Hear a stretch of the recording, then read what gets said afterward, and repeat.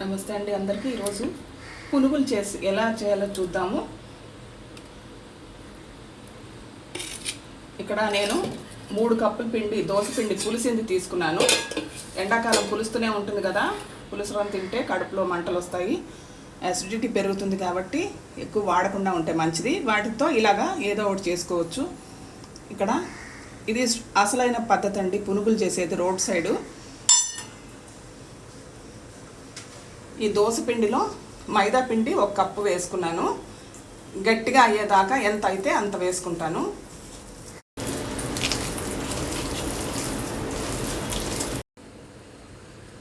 దోస పిండిలో ఉప్పు ఉంటుంది, కానీ మైదాలో మనం కలుపుతున్నాం కాబట్టి ఎక్స్ట్రా దానికి సరిపడా ఉప్పు వేసుకుందాం.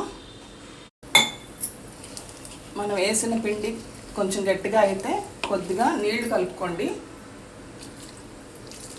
ఒక 3-4 స్పూన్లు వేసుకున్నాను నీళ్ళు. బాగా బీట్ చేసుకుందాం. ఒక అర teaspoon soda, baking soda, వంట సోడా.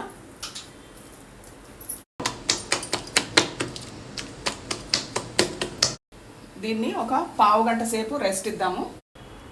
నూనె కాగిందో లేదో చూద్దాం. పావు గంట అయిపోయింది. ఇప్పుడు పునుగులు చిన్న చిన్నగా వేసుకుందాము.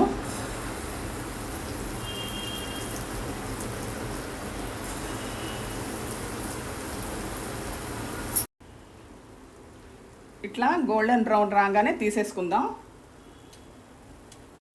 పెద్ద ప్లేట్లో తీసేసుకుంటున్నానండి. మనం షాప్ వాళ్ళు వేసుకున్నంత చిన్నగా మనం ఇంట్లో వేసుకునే అవసరం లేదు. మనకు నచ్చిన సైజులో పెద్ద పెద్దగా వేసుకోవచ్చు.